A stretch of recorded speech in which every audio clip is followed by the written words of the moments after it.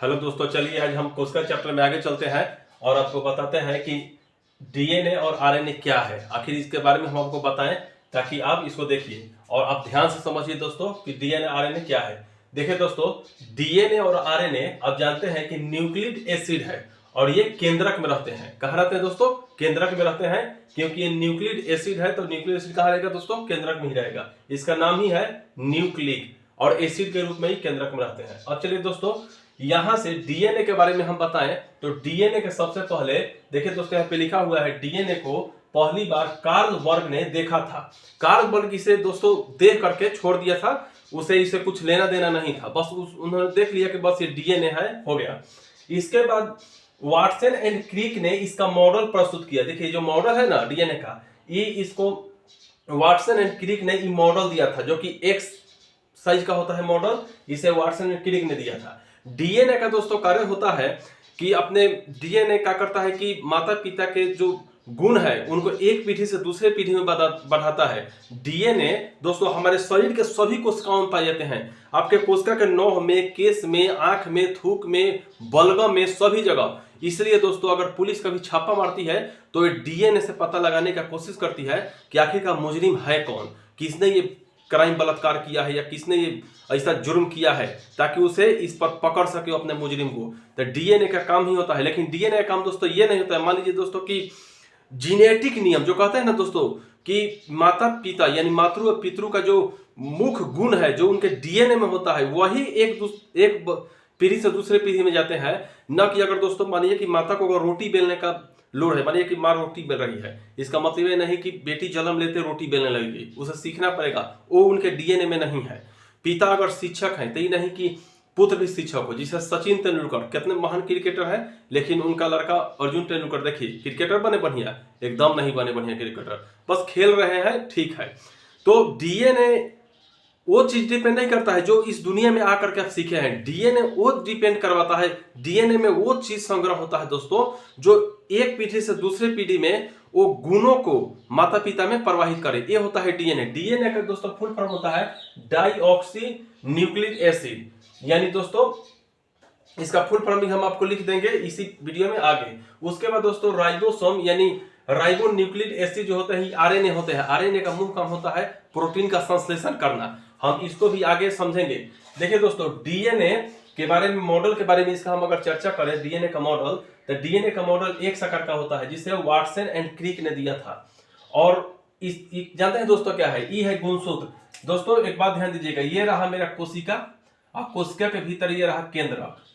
दोस्तों ये रहा केंद्रक, ध्यान दीजिएगा एकदम, ये रहा दोस्तों केंद्रक। ये केंद्रक में जैसे ऐसा ही दोस्तों रहता है जिसे बोलते हैं क्रोमेटिन जालिका। याद रखिएगा क्रोमेटिन जालिका बताए थे। ये क्रोमेटिन जालिका ही दोस्तों क्या है? क्रोमेटिन जालिका आगे चलकर टूटता है, कोशिका विभाजन के समय टूटता है और गुणसूत्र में बदल जाता है। अब प्रत्येक जीव में दोस्तों गुणसूत्रों की संख्या अलग अलग होती है। जैसे मानव में गुणसूत्रों की संख्या दोस्तों 23 जोड़ा होता है। कितना जोड़ा? 23 जोड़ा। मानव में गुणसूत्रों की संख्या दोस्तों 23 जोड़ा होता है, यानी 46 गुणसूत्र होते हैं। कुल अगर पूछे आपसे एग्जाम में तो 46 गुणसूत्र होते हैं और 23 जोड़ा। ये 23 जोड़ा दोस्तों तो एक बार में जो दोस्तों रहता है ना, एक जोड़ा देखिए, एक जोड़ा में 2 होता है। देखिए इसमें डबल फेलिक्स होते हैं। जो हमारे डीएनए है दोस्तों ये गुणसूत्र के रूप में रहते हैं, आई डबल फेलिक्स रहते हैं। यानी देखिए एक यहाँ है और एक यहाँ है जो एक्स आकार का होता है। तो इसमें एक डीएनए में एक गुणसूत्र में 2 फेलिक्स होते हैं, ठीक ना दोस्तों? तो इसको याद रखिएगा, यानी एक डीएनए में 2 गुणसूत्र होते हैं, एक यहाँ और एक यहाँ। तो इसलिए हमारे शरीर में, हमारे डीएनए में 23 जोड़ा गुणसूत्र पाए जाते हैं। 23 जोड़ा में 46 को आपको मिल जाएंगे डीएनए। अब देखिए दोस्तों यहाँ पे वाटसन क्रिक ने क्या किया कि इसको लमराया, थोड़ा सा खींचा, इसे थोड़ा सा खींचा तो इसमें से गुणसूत्र लमर करके डीएनए बन गया। क्या बन गया दोस्तों? डीएनए। लेकिन फिर जोहान्सबर्ग ने दोस्तों, एक जोहान्सबर्ग वैज्ञानिक थे, उन्होंने सोचा कि चलिए इसको और थोड़ा सा लमरा देते हैं। उन्होंने और इसे लमराया तो ये देखिए डबल हेलिक्स के रूप में ये लमर करके उत्पन्न हो गया और इसे हम जीन बोलते हैं। यानी दोस्तों डीएनए की क्रियात्मक इकाई, यानी डीएनए बनता किससे? तो जीन से। तो डीएनए की क्रियात्मक इकाई को दोस्तों हम जीन कहते हैं। अगर जीन के थोड़ा सा समेट दिया जाए तो डीएनए बन जाएगा और डीएनए को समेट दिया जाए तो गुणसूत्र बन जाएगा दोस्तों। और मान लीजिए कि अगर आपको किसी एग्जाम में उठा दे कि माने कहने का मतलब है कि बच्चा में जो गुण गुण एक पीढ़ी दूसरी पीढ़ी जाता है वो किसका लक्षण होता है, तो ऑप्शन में जीन देता, जीन मारिएगा, डीएनए तो डीएनए, गुणसूत्र तो गुणसूत्र, क्योंकि सब एक ही है। इसे लमराने पर डिपेंड करता है कि आप किसे कितना लमरा सकते हैं, उतना ही इसमें से निकलते जाता है।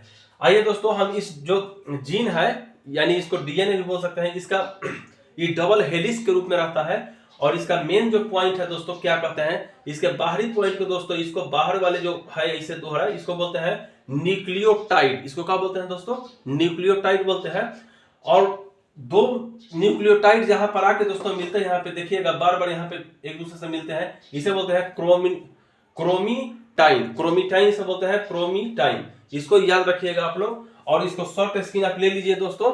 हम फिर इसी वीडियो में आगे चलते हैं।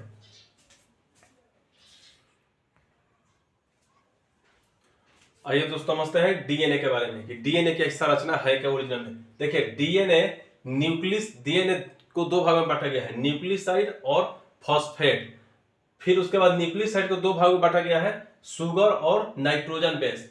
एक काम कीजिएगा कि आरबी जो होता है ना आरएनए, उसमें भी शुगर पाए जाते हैं, लेकिन उसमें कौन सा आरएनए बेस का शुगर पाए जाते हैं। और डीएनए में शुगर बेस जो होते हैं वो डीऑक्सी, जैसे DNA deoxy nucleic acid base का शुगर पाए जाते हैं। इसमें इसी तत्व का शुगर पाए जाते हैं, और आरएनए में जो शुगर पाए जाते हैं वो आरएनए समूह का शुगर पाए जाते हैं। तो इसको आप याद रखिएगा। इसके बाद देखिए दोस्तों, आगे हम चलेंगे। यहाँ पे डीएनए में तीन महत्वपूर्ण तत्व होते हैं। अगर आपसे कोई पूछे कि डीएनए का तीन महत्वपूर्ण कंपाउंड यौगिक कौन सा है, तो आप बताइएगा शुगर, नाइट्रोजन और फास्फोरस। फास्फोरस से फॉस्फेट यहाँ पे लिया गया है, एकदम निर्भर होकर बताइएगा, शुगर, नाइट्रोजन और फास्फोरस। अब इसमें नाइट्रोजन बेस को दो भागों में बांटा गया है दोस्तों, एगो यूरिन और एगो पाइरेडेमिन। यूरिन और पाइरेडेमिन होता है। यूरिन में दोस्तों दो तत्व होते हैं, एगो ए और एगो जी होते हैं। अब पाइरेडेमिन जो होता है उसमें टी और सी होते हैं, टी और सी।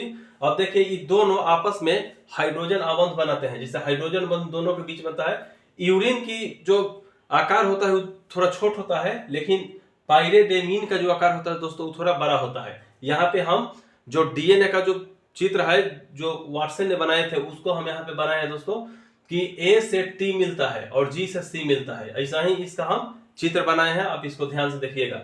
यहाँ जी से सी यानी ई वाला जो पार्ट है दोस्तों, अगर इसको हम बोलेंगे तो यूरिन बोलेंगे, और टीसी वाला जो पार्ट है उसको हम पाइरेडेमिन बोलेंगे। ई हमको देखिए यहाँ पे एक ट्रिक भी बताया है कि ए के साथ टी और जी के साथ सी है।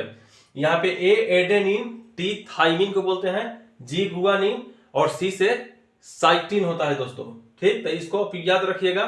यहाँ पे दोस्तों हम डीएनए से आरएनए भी बनाने के लिए सिखाएंगे। डीएनए से आरएनए बनाने के लिए दोस्तों यहाँ पे हमें जो थाइमिन है, थाइमिन के यहाँ पर दोस्तों हमें यूरेसिल लाना पड़ेगा। यानी जो थाइमिन है यहाँ पे यूरेसिल अगर हम लगा देते हैं दोस्तों, तो ये हो जाएगा डीएनए से आरएनए बन जाता है दोस्तों। अगर यहाँ पे अगर हम फिर थाइमिन बना देते हैं दोस्तों, तो ये फिर डीएनए ही रहेगा। अगर आप कह सकते हैं कि यूरिन और थाइमिन के बदलने से डीएनए से आरएनए में और आरएनए से डीएनए में परिवर्तन होते रहता है।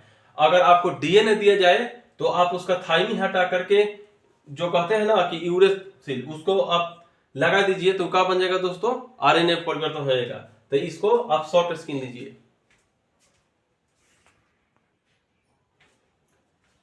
आइए दोस्तों, हम आरएनए की संरचना के बारे में समझते हैं। आरएनए में भी शुगर पाए जाते हैं। शुगर एक जो कंपाउंड होते हैं, लेकिन वो राइबो बेस के होते हैं, राइबोस बेस के होते हैं शुगर।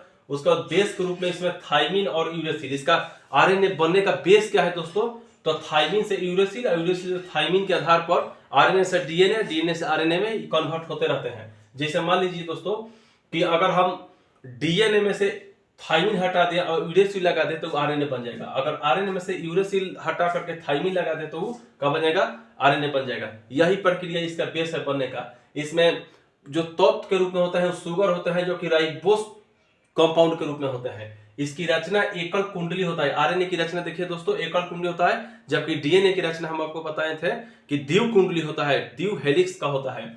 इसका कार्य है प्रोटीन का संश्लेषण। संश्लेषण मतलब होता है दोस्तों कि निर्माण करना, यानी किसी चीज को बना देना, उसे बोलते हैं संश्लेषण। तो इसका कार्य क्या होता है आरएनए का, प्रोटीन का संश्लेषण करना। और डीएनए कार्य क्या बताए थे कि एक पीढ़ी से दूसरे पीढ़ी में माता पिता के गुणों को बच्चों में भेजना डीएनए का कार्य होता है और आरएनए कार्य होता है प्रोटीन का संश्लेषण। इतना आप समझ गए दोस्तों। आगे आइए, एक बात याद रखिएगा दोस्तों कि प्रोटीन हमारे शरीर में बनता है, लेकिन एक प्रोटीन बनने में कितना एमिनो एसिड का काम पड़ता है जानते हैं? देखिए हमारे शरीर में, यहाँ पे देखिए ध्यान से कि हमारे शरीर में दोस्तों पहले से ही 10 प्रकार के 10 एमिनो एसिड, आवश्यक एमिनो एसिड हमारे शरीर में रहते हैं और 10 हमें भोजन के द्वारा लेना पड़ता है दोस्तों। इसलिए डॉक्टर बताते हैं तरह तरह के भोजन लीजिए और 10-10 मिला के 20 एमिनो एसिड बनते हैं और 20 एमिनो एसिड से हमारे शरीर में एक प्रोटीन का निर्माण होता है। ये बात को आप याद रखिएगा, ये इंपॉर्टेंट है।